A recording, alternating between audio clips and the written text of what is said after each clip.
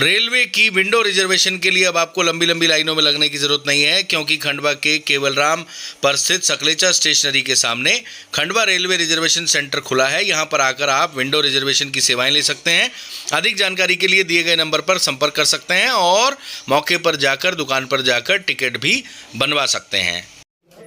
मध्य प्रदेश के खंडवा पुलिस की टीम ने देवेंद्र पिता भारत सिंह भदौरिया निवासी सेरुआ जिला कानपुर उत्तर प्रदेश और रविंद्र पिता हनुमान सिंह भदौरिया, इन दो लोगों को फिलहाल गिरफ्तार किया है और इनके कब्जे से 50,000 रुपये सहित 30 से अधिक एटीएम बरामद किए हैं। दरअसल ये लोग एटीएम में ठगी की वारदात को अंजाम देते थे, बैंक को चूना लगाते थे। बैंक की कमी का फ़ायदा उठाकर ये लोग एटीएम से लगातार कैश निकालते थे और बैंक को लाखों रुपए का नुकसान इन्होंने किया है। आज खंडवा एसपी विवेक सिंह ने पुलिस कंट्रोल रूम में इस पूरे मामले का खुलासा करते हुए किस तरीके से ये वारदात को अंजाम देते थे, कहाँ के रहने वाले हैं, कितने लोग इस गैंग में शामिल हैं और किस तरीके से ये ठगी की वारदात को अंजाम दिया करते थे और क्या क्या करते थे, ये सभी जानकारी खंडवा एसपी विवेक सिंह आपको दे रहे हैं। उनकी पूरी बात सुनिए। बताएं, क्या स्टार्ट करें सर? ठीक है।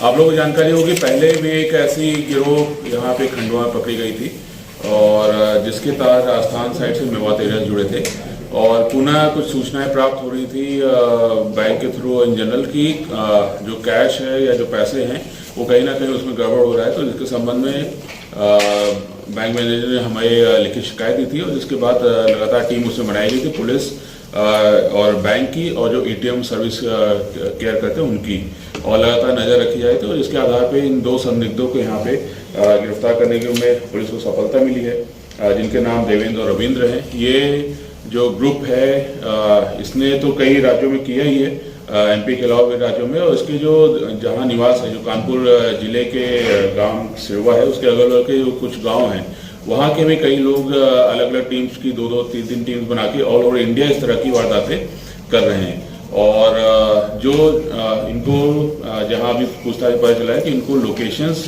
पता रहती हैं कि किस एटीएम से या कहाँ से इस प्रकार से पैसे निकालने में दिक्कत नहीं होगी, और इस प्रकार से वो उस जानकारी को अपने जितने भी लोग हैं उनको सर्कुलेट कर देते हैं या कोई इनका जो मुखिया होता है उसको बता देते हैं, फिर वो बाकी टीम्स को भी बताते रहता है। तो इस प्रकार से पूरा गिरोह ऑपरेट होता है। इनके द्वारा पूछताछ से और जो हमने बाकी फुटेज इकट्ठा कर रहे हैं, तो इसके अलावा ये दो लोग पकड़े गए, इसके अलावा भी संभवतः यहाँ पे 3 से 4 टीम्स आ चुकी हैं पिछले 10-15 दिन में, जिन्होंने इस प्रकार से घटनाक्रम किया है।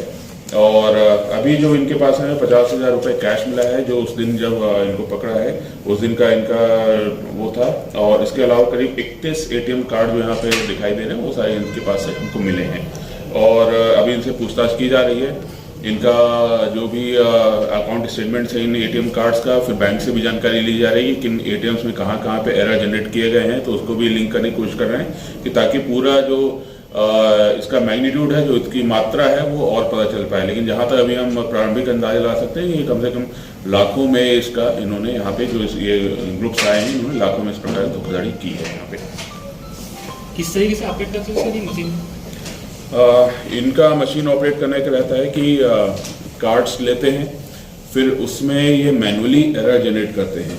कभी अलग अलग मशीन्स का अलग अलग होता है, जैसे पहले जो गैंग पकड़ी थी उसमें चाबी से उसको आधा खोल के एरर जनरेट करते थे। इसमें ये लोग हाथ है कोई ऐसा डिवाइस को फंसा के उसको एरर जनरेट करते हैं ताकि कैश भी निकल आए और मशीन को ऐसा लगे कि कुछ एरर हो गई है। उसके बाद ये फ़ोन करते हैं, जो संबंधित बैंक है उसके हेल्प लाइन नंबर्स को फ़ोन करते हैं कि हमारा पैसा मशीन में अटक गया और हम निकल पाए। 1 हफ्ते बाद इनके पास वापस इस कार्ड में पैसा वापस आ जाता है। सर, ये जैसे बैंक के सिस्टम के एरर को पकड़ते हैं और इस तरीके से पूरे देश में लगभग खरबों रुपए का नुकसान ये लोग कर चुके हैं। एंटायर इंडिया में, पैन इंडिया में ये लोग इस तरीके से नेक्सस बनाए हुए हैं और अब तो देश के वेरियस ग्रुप्स इसमें इन्वॉल्व हो गए हैं। तो जैसे ये एटीएम होल्डर हैं, मतलब जिनके बैंक अकाउंट्स हैं, ये अक्सर बुजुर्गों का बैंक अकाउंट खुलवा के कुछ लास्ट टाइम भी देखा था उनका पैसा दे देते हैं। तो आरबीआई को सर इस समय में लिखा रहा है, क्योंकि अल्टीमेटली बैंक तो सेफ हो जाता है, थर्ड पार्टी को इन्होंने एटीएम हैंडओवर किए होते हैं, उसका इंश्योरेंस रहता है, तो इनको इतनी टेंशन रहती नहीं। तो सर आरबीआई को क्या लिखा जाएगा कि इस तरीके से देश का, पब्लिक का पैसा नुकसान हो रहा है? हमने लेटर इसके संबंध में बैंक्स को दिया है कि आपकी जो वल्नरेबल चीज़ें हैं, अगर आपको ये पता चल गया है कि इस तरह से इसको वल्नरेबिलिटी को हम एक्सप्लॉइट कर रहा है या कोई गिरोह आके इस तरह से एक्सप्लॉइट कर रहा है, तो उसको हमको चेंज करना पड़ेगा। जैसे पिछली बार जो की वाला जो गिरोह था जो चाबी लगा के है, तो संभवतः एटीएम कंपनी से हमारी बात हुई थी, तो उस तरह की वल्नरेबिलिटी अब नहीं है उसमें। अब ये जो है ये पहली बार इस तरह का बता रहे हैं कि इस तरह की ये नई चीज़ उसमें आई है जो और सभी मशीन्स में नहीं आ रही, कुछ मशीन्स में आ रही है, और उसकी जानकारी एकत्रित करके और सभी उनको ग्रुप्स को दे रहे हैं ताकि वो आके जहाँ जहाँ ऐसी मशीन में दिक्कतें हैं वहाँ पे उसको एरर जनरेट करके उसके पैसे निकाल सकें। कुल कितने हैं सर इसमें, सस्पेक्ट कितने हैं टोटल इस केस में अभी तक? अभी तक जो हमारे पास फुटेज है कम से कम अभी 6 अन्य लोग हैं जो अलग अलग ग्रुप बना के हैं। ये इनके संपर्क में नहीं थे, ये किसी अन्य संभवतः किसी अन्य मास्टरमाइंड के संपर्क में थे जिन्होंने इसके बारे में बताया है इनको। सर ये जो कार्ड्स मिल दे देंगे, ये आपको एक मुश्त हम 5,000-10,000 रुपये देके एक ही बैंक को टारगेट करते हैं सर एसबीआई? एटीएम्स को अभी जो टारगेट करें वो एसबीआई के जो एटीएम्स उन्होंने अपनी उनके एटीएम कंपनी से लगवाई है उसको टारगेट कर रहे हैं, और कार्ड्स इसमें यूज करते हैं। ज्यादातर कोशिश करते हैं कि जो प्राइवेट कंपनी के कार्ड हैं, एक्सिस आईसीआईसीआई बैंक के, उनके कार्ड यूज करते हैं। सर ये सिस्टम के एरर को इनको बताता कौन है? क्योंकि ये तो सब बहुत ज़्यादा कोई हाईली एजुकेटेड लोग नहीं है, इंजीनियर नहीं है, आईटीज नहीं है, तो इनको ये सिस्टम के एरर के बारे में बताता कौन है? क्या कोई ऐसा कंपनी का एम्प्लॉय इसमें शामिल है या कोई इंजीनियर शामिल है जिसको ये पता है कि ये इस प्रोडक्ट के अंदर ये वाला एरर है, तो उसको लेके वो बाहर निकालता हो चीज़ें? जो पिछला हमने की वाला पकड़ा था तो उसमें जो चाबी उनको मिली थी, उसकी कॉपी जो बनाया था वो किसी दूसरे एम्प्लॉय जो पहले एटीएम सर्विसिंग में काम कर चुका है उससे मिला था। इस बार वाला है ये इसमें तो और कम हमको वो चाहिए, एक्सपर्टीज चाहिए कि उसको एरर जनरेट करने के, उससे भी कम एक्सपर्टीज इसमें चाहिए जो इस प्रकार से ये कर रहे थे। लेकिन ये जरूर है कि किन एटीएम्स में हो सकता है, सभी एटीएम्स में नहीं हो सकता, किन एटीएम्स में हो सकता है वो चीज़ कहीं ना कहीं इनको पता चल रहा है। जो अभी हमको पता चल रहा है, जो नाम बताया उसको तस्दीकी करना शेष है, इसलिए अभी हमने उसका खुलासा नहीं किया है। वो कोई अन्य व्यक्ति है जिसने बताया कि खंडवा में इस तरह के 6 एटीएम्स हैं, कहीं इंदौर में इस तरह के 10 एटीएम्स होंगे, ऐसे अलग अलग जो सीधी के एटीएम्स हैं, इस प्रकार से वो बताता है कि यहाँ जाके आप लोग करें तो वहाँ पे आपको आसानी से सफलता मिल जाएगी। सर डाटा सेलिंग सबसे इम्पोर्टेंट चीज़ है आज की डेट में। जैसे इंटरनेट हर कोई यूज़ करता है और डाटे का बैकअप होता है, डाटा सेलिंग करके मैक्सिमम जो क्राइम है, जैसे XYZ नंबर जो है खंडवा में यूज़ हो रहा है उसकी पूरी उसके ऊपर डिटेल रहती है। अभी तक इस तरीके से किसी को सर आरोपी नहीं बनाया गया जो डाटा सेलिंग करते हैं।